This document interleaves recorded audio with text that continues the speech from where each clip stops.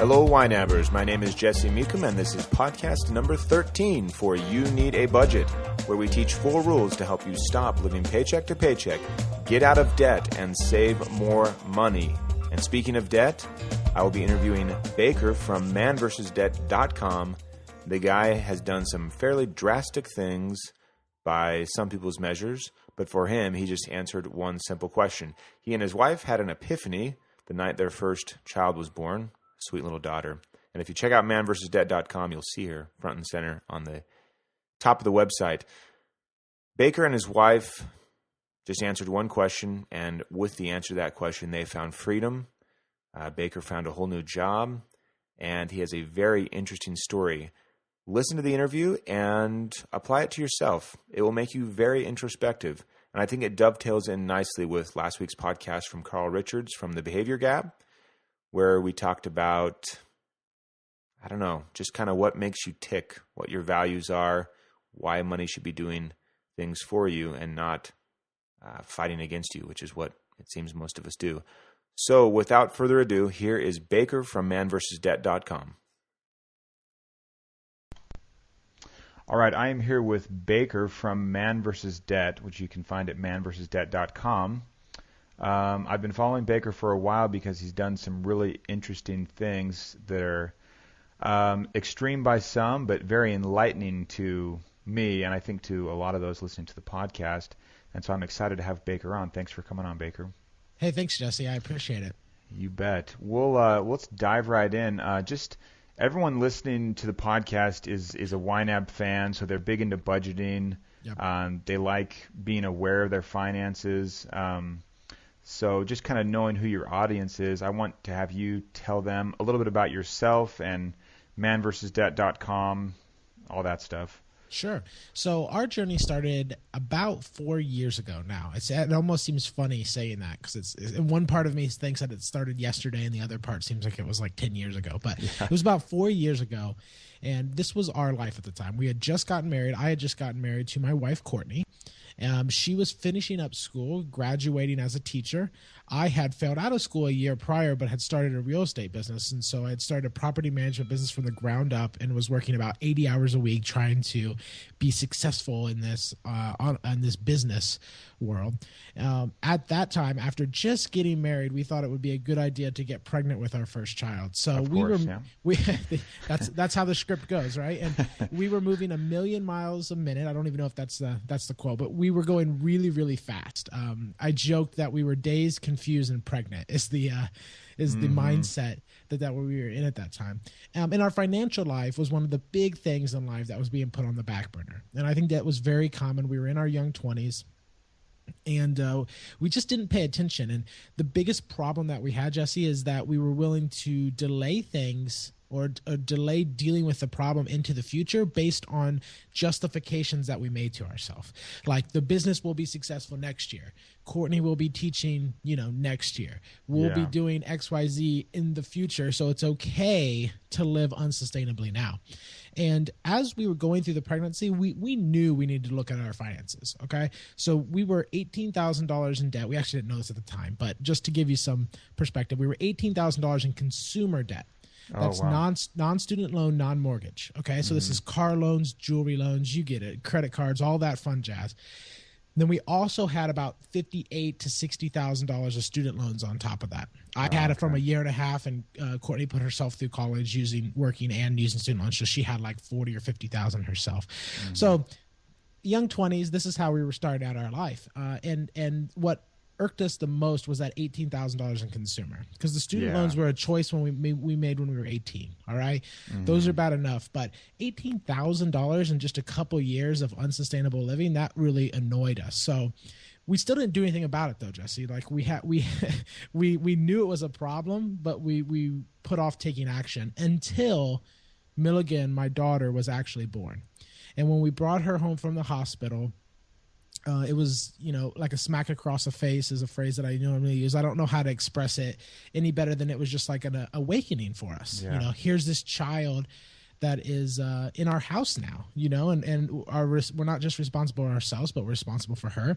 And that was the straw that broke the camel's back, so to say. Mm-hmm. So we made a commitment and we stepped up, and there's a lot more to the story, but that's how we really went about changing our lives. And about 6 months into changing our financial habits, and taking back control of our life, I started this website, Man versus Debt, to help hold us accountable. And that's sort of how I got started in this, and that's the story leading up to our financial turnaround. Okay, so you use the blog we've seen this before, as kind of an outlet, kind of public accountability, like this is what I'm going to do. Yeah.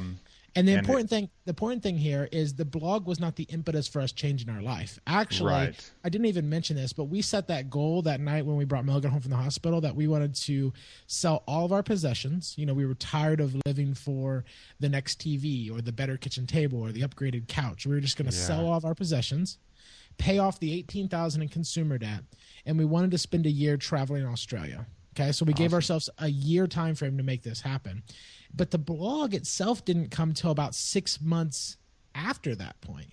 Okay. So there was no, hey, let's start a blog and get famous. Right. I didn't even know what blogging was. But because our decision to take back control of our financial life, I got into following bloggers, of which you know very well. Leo Babauta of Zen Habits was paying off debt when I was getting started. Mm-hmm. JD Roth, Trent Ham, all of these mega blogs in the personal finance world, I started following as a result of making that decision. And then 6 months later, I was like, you know what? I love this community so much. I want to be a part of it. Registered the domain Man versus Debt and started as an accountability journal. This is my life. This is my experience. And obviously it's turned into much more than that. Yeah, it's awesome. Now, a lot of people are listening to this and they don't even know yet. When you say we sold everything, some people are probably thinking they sold, like extra things. But I want you to kind of maybe give us some examples of exactly what that meant when you said you sold everything. Well, let me put it to you this way. When we boarded the plane for Australia, we had everything we owned within 2 backpacks that were on our backs. So we actually got rid of everything that we didn't need to literally have on a day-to-day basis on our backs. And that was a process for us. We did it in layers. We weren't just we didn't snap our fingers and everything was gone. We got rid of I have this analogy, or I guess it's an analogy. I call it stuff versus crap. So it was very easy for us to see what the crap was in our life. And so we sold that 10 to 20%. Okay. Then we're left with 80%. And now there's a new level of crap. You know what I mean? You look at what you have now and you're like, hey, well, I guess I actually don't need this, 10 to 20%. And you keep shaving off 20%, 20%, 20%. And eventually it becomes much easier than if you just said, let's light a fire and burn all this stuff. You go about it. We went about it in phases over that year to help us get down to what we just needed. What was the difference in feeling? I accumulate things and it seems like it is just absolutely, completely automatic. I mean, we just had Christmas, like a week ago or so, and we really tried hard this year and actually did quite well limiting things and kind of being really picky, almost to the point where I was feeling bad, like maybe we had taken it too far with our kids. We've got 4 kids and 1 on the way, and so is there anything you've noticed that you could do to help you kind of fight against the natural tide that's extremely powerful that we kind of all live in? And it is. And it's powerful for me too. I want to make sure we get that out in the blue. Sometimes I'm looked up to or put on a pedestal because we did this at one point, but we're back in a house now. Right now we're in Asheville, North Carolina, and we have the exact same issue with Christmas even, or the exact same issue with all of a sudden now we have rooms to put furniture in, and we have the exact same tendencies and impulses, and it's just crazy coming back to America. We did some travels overseas for about a year. As soon as we step foot back in America, and by the way, I love the USA, but as soon as we step foot back into it, it's like you just feel consumerism around you, around the space around your head. It's just everywhere. So our biggest thing is, the only way we fight back against it, to answer your question, is we really ruthlessly try to value experiences over things. So anytime we're in a situation where we can pick to experience an event over buying a physical item, we generally try to experience the event. So one of the things we did with my dad lives in Panama now, and this is new, and we haven't had a Christmas yet, and so we couldn't open Christmas presents. We couldn't go over there on Christmas Day, obviously. So in early December, my dad flew into Disney World, and we drove down, and my brother drove down, and my sister drove down, and we got the family together at Disney World. Still very consumeristic, right? We're going to Disney World. But at the same time, that event, I think, is so much more powerful for Milligan at almost 4 years old, getting to go to Disney World with her cousin and with her papaw and all these kind of things, than if we would have just got her like a slide for her room or something. You know what I mean? Like just another, or like a set of horse dolls, which she actually got as well. So that is what we tend to sort of gravitate towards. Now, experiences can be just as costly as things, but at the end of the day, when you're on your deathbed, somebody else had a good quote, is like, what item do you really want to hold on to as you die? Yeah. Like think about that, right? You're going to be holding on to the people and the memories. You're going to be thinking about, oh, that was fun at Disney World. Oh, that was fun, at the lake, or whatever those memories are for you. You're not going to be holding on to your MacBook Pro as much as I like it now. So that's just, we try to go with experience over things. We're not perfect, but that's what we try. And that kind of helps us a little bit. That's cool. I think, the trick is probably in the moment, being aware, and being able to say, in the moment when you feel this urge or you want this thing, and being able to fight back against it. And not that you couldn't put up a good fight, but to even think about the fight, I think, is a challenge. It's awareness, right? To snap out. And that's, as you know firsthand, that's one of the great things about tracking your spending and budgeting, is that it gives you that, at least that double think when you go to make a purchase. You know what I mean? You're going to purchase this $400 item. You at least double think if you're tracking it in your budgeting. You at least think, which category does this go in, or do I have the money? And sometimes, as you pointed out, just that 2-second spark where you stop yourself, then you can go, oh wait, $400, let's put that towards a summer vacation, or let's put that towards whatever else is really more important to you. But if you don't have that budget and you don't have that tracking, as you pointed out, you just buy a lot of times, and you don't have that 2-second sort of red flag that goes off. Yeah, just kind of. I wish I could manufacture some bracelet that would shock you, like like within proximity of like the point of sale. There's like a little buzz, nothing fatal, Yeah, but exactly. A little buzz every to time kind of you pull remind out your people. credit card, it jolts you. Yeah, just a bit, just enough to remember. But because it really is a fight, and I think what you've done is, I always talk about this, and I think this is a classic example where people sometimes will call me extreme with different things. I'll kind of dive headfirst into something, whether it's this way of eating or this way of working out or this way of doing something with the business. And I always tell people, like, I don't do sustainable things, but I sometimes will do something that's fairly unsustainable so I can move the needle.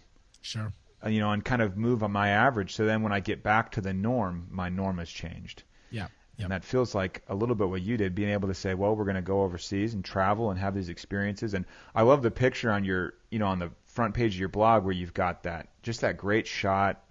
I don't know. It just captures well, I guess that's part of what you mentioned in your TED Talk. Maybe when you mentioned that, and I'll let you dive into that next, seeing you there, seeing Milligan there, and then where you were, this awesome backdrop, and then seeing man versus debt, and the man you have in your logo is much larger than debt.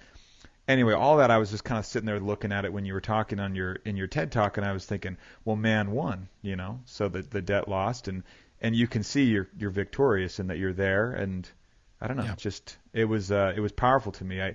So I want to have you dive into your talk that you gave, which, just to tell everyone that's listening now, I watched this.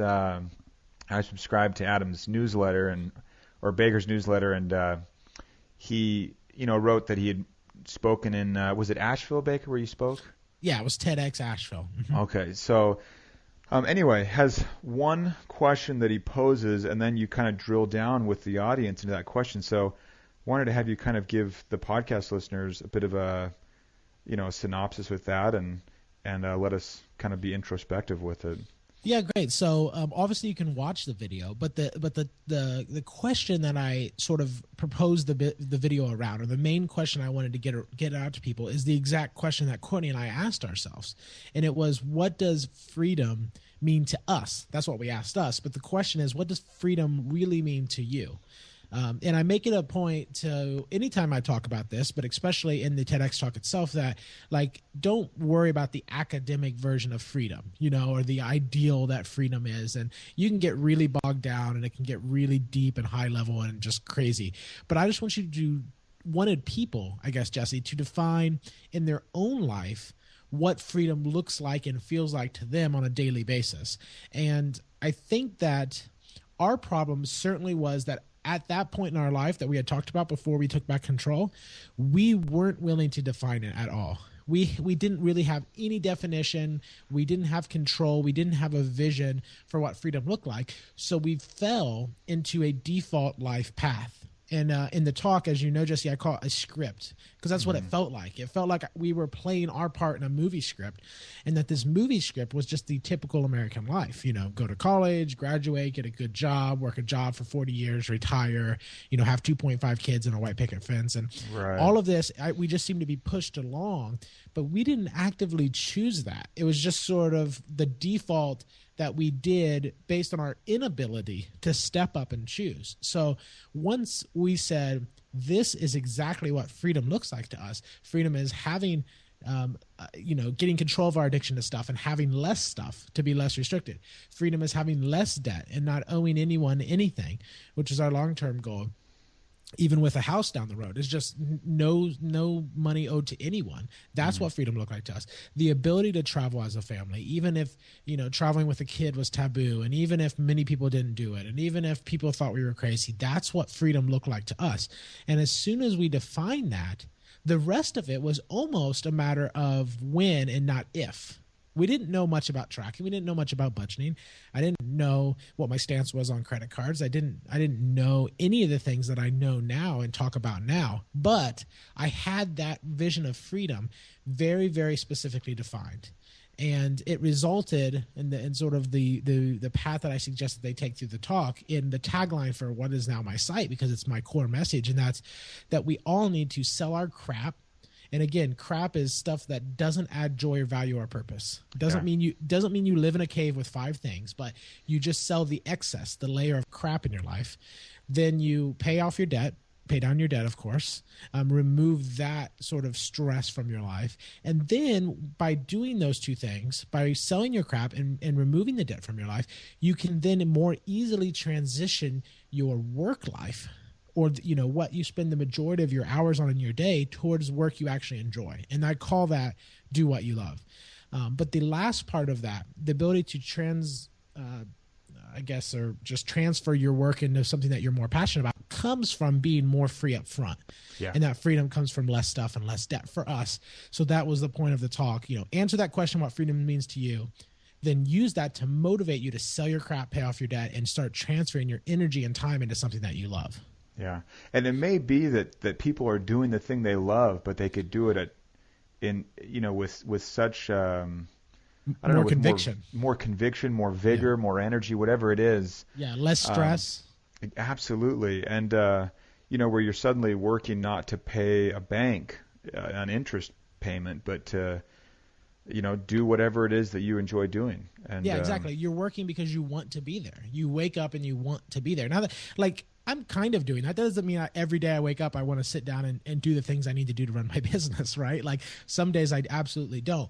But I'm extremely lucky that 70, 80, 90% of the time I get to make choices, even though I'm not a millionaire or I don't have $1 million business, but I get to make choices daily based generally around what I want, and that's just so different than our life was 4 years ago or 3 years ago even.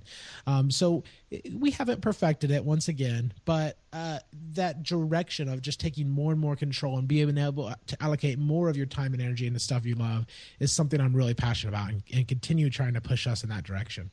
Yeah, it's an awesome message. I would encourage everyone to check out the talk. You can see it on manversusdead.com. and then looks like if you scroll down a little bit, you'll catch it. I'll post up when I post the podcast. I'll post a direct link for everyone too. It's just good to watch. It really had me thinking, and it was well timed, coming right before Christmas. Where we're thinking, it's just such a consumer-driven frenzy, and you almost feel like opting out at times, but. Well, I don't really have any more questions for you, Baker. This has been awesome. I really just wanted to give everyone something to think about, and I love that you let everyone define it for themselves.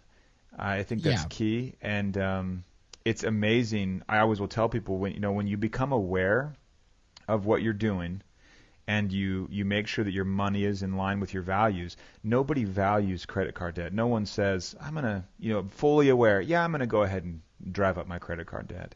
Yeah. It's just a matter, people are really good financial advisors for themselves when they are aware of what's going on. Exactly. And credit card debt is most usually a symptom for people being unconscious.